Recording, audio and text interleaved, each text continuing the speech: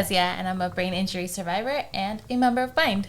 And hi, I'm Carrie, a stroke survivor and a member of Bind, and welcome to today's episode of Bindwaves. What's it like to be a caregiver? We would like to welcome David and Cristy for being our guests today. They are caregivers to an adult son of a brain injury and also huge supporters of Bind, and we appreciate y'all being here today. Pleasure to be here. Thank you. Welcome to Bindwaves, the official podcast of the Brain Injury Network of Dallas. I'm Brian White, Bind's Executive Director. On each episode, we'll be providing insight into the brain injury community. We'll be talking to members and professionals regarding their stories and the important role of Bind's Clubhouse. We work as a team to inspire hope, community, and a sense of purpose to survivors, caregivers, and the public. Thank you for tuning into Bindwaves. Let's get on with the show. Absolutely. Welcome. Again, thank you for coming. We had a Bind member last season talk about what it was like to have a caregiver, and his caregiver also is a parent. So we just kind of are curious for a different perspective. So tell us a little bit about yourselves and how you ended up being a caregiver. I don't know where to start. We've lived in Dallas for a very long time. Our son went to the University of Colorado. He was there 6 weeks. When we got that phone call nobody wanted to get, that he had been hit by a car while he was walking across the street. And that changed the total trajectory of our lives. I mean, we kind of went into caregiver mode very quickly. It wasn't something that, we were familiar with. So. 6 weeks in ICU, another 4.5 months in inpatient recovery before we transported him back to Dallas, and then about a year here before he headed back, before he was ready, and the rest of the story is written. Yeah, but it's pretty remarkable, but it's also pretty stressful. Yeah. Oh, thank you. One of the questions I think that we have always wondered is, as a parent, how did that happen? You said it happened really quickly. You became a caregiver, immediately. But what is, the biggest difference about coming from a parent to a caregiver? I think you have to focus on what the immediate needs are, okay? As a parent, you're always looking down the road, to make sure their well-being is there. But as a caregiver, it's immediate and, what do they need at that moment? Yeah, I think, yeah. As far as basic care, and it really becomes really broad. Do they need... my son had to learn how to swallow. He had to learn how to walk. He had to learn how to talk again. So it was those, but it was, and I think that was what we were primarily focused on, was what was that immediate need right then, and then it kind of expanded from there. I think, David, right? Yeah. Even once he came home, we had a fair number of personal care things that we had to do because he was in a walker, and as he progressed, he actually learned to ride a bike again. And many different steps. It's just that slow process. And then it transitioned much more into a mental well-being from a caregiver perspective, because so much of what he wanted to do was to recover far faster than what his brain was allowing. Well, we all do. Yeah. And that's kind of just how it was the challenges that we had to go through with working with him and encouraging him to stop and be patient, and a lot of anxiety there. And as you know, each brain injury patient's different, and they recover at different levels. So it wasn't you're going to be better by this date. And that's really what he wanted, and we knew that probably wasn't going to happen. So as a brain injury survivor, you're well aware of what those challenges are, and I want to be here by this date, and oftentimes that's unrealistic, okay? Yeah. Depending on, what your circumstances are. Yeah. And I think that's something that a lot of us connect to, and especially my caregiver is my mother. Right. So I think that's something that a lot of us connect to as brain injury survivors, being so stressed, depressed at some point, or anxious, why is it not getting there faster, or what I'm doing is not enough. So how did you help with that stress on his behalf as a parent and as a caregiver? So much of what we had to work with there with our son was trying to reason with him. Right. And as anxious as he was, we would often not tell him what to do, but get him to think through the different steps to understand there were certain limitations. Are you safe? Safety above all. Are you safe doing these things that you want to do? And managing expectations, okay? I remember when he got his driver's license, or, he just thought he could go, go out and drive again. And as a parent, you're like, well, we want to make sure that you're safe. And I made him go through the driver's ed again. He wasn't happy about it. But as a parent, I knew that was really important, okay? So it was just little things like that. Well, when he wanted to go back to school. Well, how are we going to make that happen? Do they have a disability services? Do they have what he needs to be successful in those situations, and to kind of make him as the failures as, I don't want to say as small as possible, but to manage and let him know those failures are going to happen. Okay. Yeah. And here's how we're going to deal with it. Yeah, and I know. I mean, again, also something that a lot of people don't think about. Let's also talk about you guys, because I know my parents, again, y'all know them. They're my caregivers too, but caregivers, your life gets turned upside down too. It's not just the brain injury survivor that gets turned up, that every changes. I mean, your whole life, your day-to-day changed as well. I mean, how did that affect dynamics? And Absolutely huge, because we lived here and our son was in Colorado, okay? And he had a full-time job that he was usually, had to be at the office. I fortunately have a job where I could take a step back, okay? I'm in real estate, so I just kind of put my, my career on hold. But we flew back and forth like every, 2 weeks or so? Yeah, usually 7 to 14 days, and it was very doable because I had a supportive work environment where they could allow me to work remote. Right.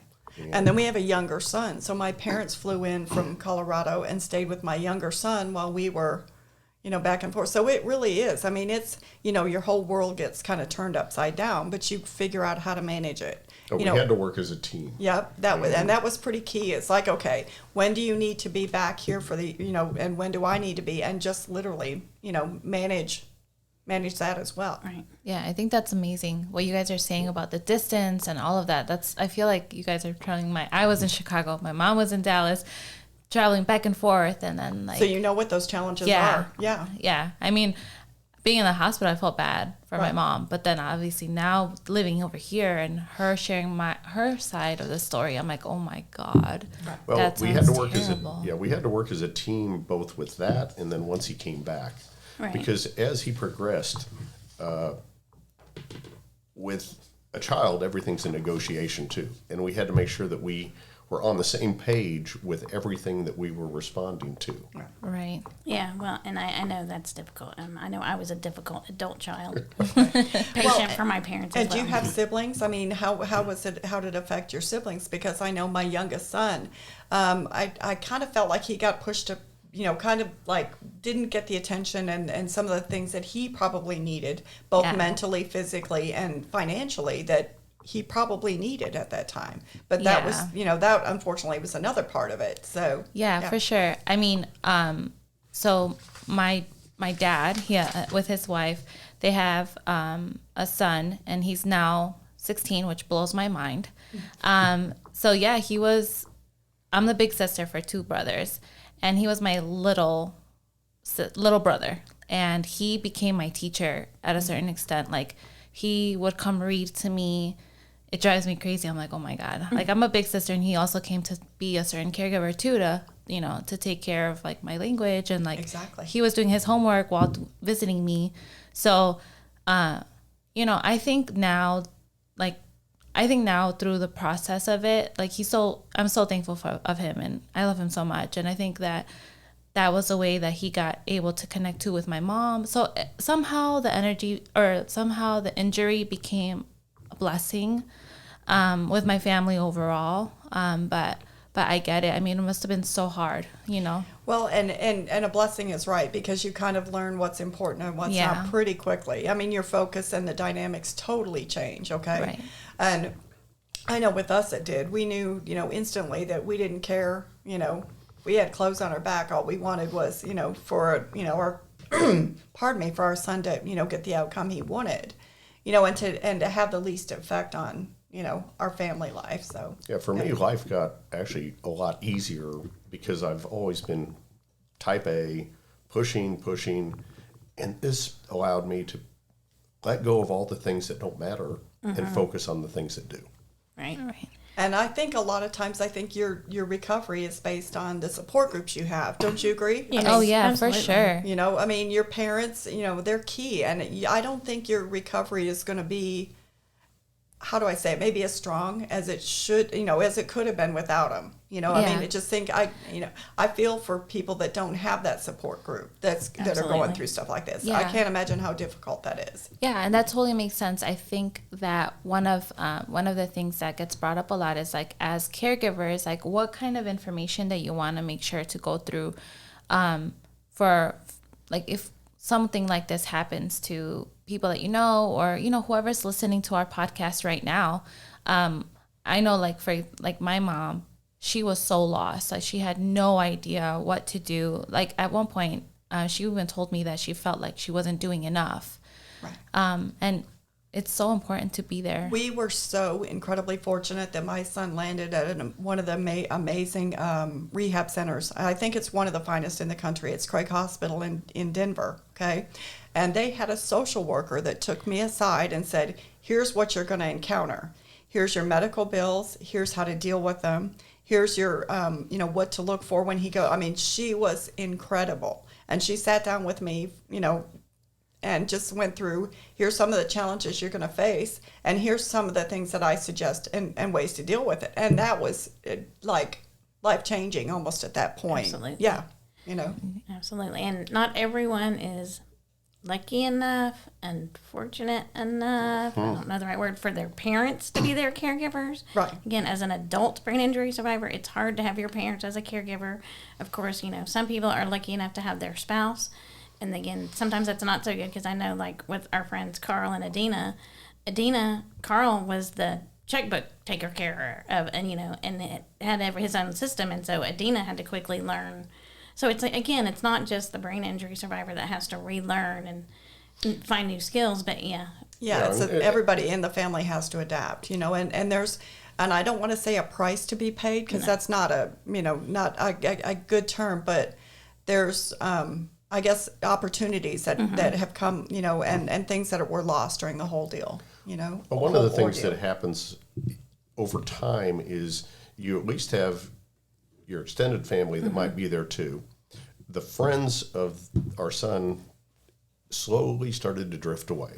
Yep. And you see that a lot, and it's mentally challenging for us to try and assist in how do you continue to connect with people that are drifting apart as part of the natural progression as you what examples? get Our older. son had pledged a fraternity. Well, that was no longer possible, okay? And the friends that he had made there, basically didn't understand a brain injury.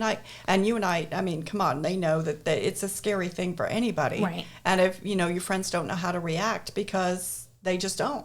Yeah. I mean, it's not that they are uncompassionate. They just don't know what to say or what to do and how to help. It's a weird thing. No, it's not. It's more common than people know, but it's not, and it's learning how to deal with that, which is one reason we're very lucky that we have Bind. Right. Which brings me back, because we have all made new friends through Bind, and that's kind of what's become our new support system. And lasting friendships too, Yes. because I mean they understand. They know Right. what you're going through. It takes a brain injured to understand a brain injured, Yeah. and it takes a brain injured parent to understand another brain injured parent.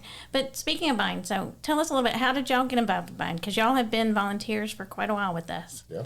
It was another one of those miraculous things. I was going through my mail, and I was like, I was looking through the Plano profile, and I see this volunteer opportunities. And I was an ex-junior leaguer, so I was looking for ways to kind of get back. Yeah. And I picked up the phone, and I called Valerie, and I went, oh my gosh, this is so up my alley. I can't believe it. How do I step up? How do I volunteer? It was just kismet, I guess, as you could say. It just was one of those things that just kind of appeared. So, yeah. You saying it made my chills. Yeah. You were like so excited just saying Yeah, it. I feel like I'm It's reliving that right now. I was like, kind of, the back of my mind going, okay, how can I give back? And then I opened it up, and there it was. So, And y'all have been very active, and Yeah. we're hoping that y'all can join us this year for our gala, October 22nd at Heritage Creek Ranch? Heritage Ranch. I type it every day when I'm asking for donations, but yeah, so we're excited because we're going to be welcoming our Fort Worth partners to join us this time too. So it'll be exciting. Yeah, we look forward to it. We'll put it on our calendars. Great. So, what other really important information do you want to be sharing with other caregivers overall, or just our listeners in general, so they can understand? Listeners, yeah. I mean, number one is patience. Yeah, for sure. Yeah. And number two is put the other person ahead of yourself. And it does impact our lives, but their life is far more important than. And I'll say look for resources. I mean, look for resources in the community that may not, that have existed, but you weren't aware of them. Okay. DAR, I know that, places for funding, places like Bind. I mean, reach out really to the community and look to see where those opportunities are and how you can, take advantage of them. And places like Bind really give you a fabulous resource to meet with like-minded individuals who have had similar experiences. They've gone through a lot of this, and they can help educate you on what you can and can't do. There's so many years of experience here, especially with the leadership team, that's something that is an opportunity for families to take advantage of and make their lives easier. Well, we're glad that you're a part of our team and our family. We're very proud to have you, and we are so happy that y'all joined us today. And we hope our listeners have enjoyed listening, and we encourage you all to click that like button. Well, thank you for letting us Thanks. be here This today. is wonderful to be back here. Yeah, thank you so much. And honestly, don't forget, for you guys and all of our subscribers, to like our podcast, to listen to us, to keep in contact with us, and really just stay contacted with us. And welcome back to our next time. And we'll see you next time on Bind Waves. Wonderful.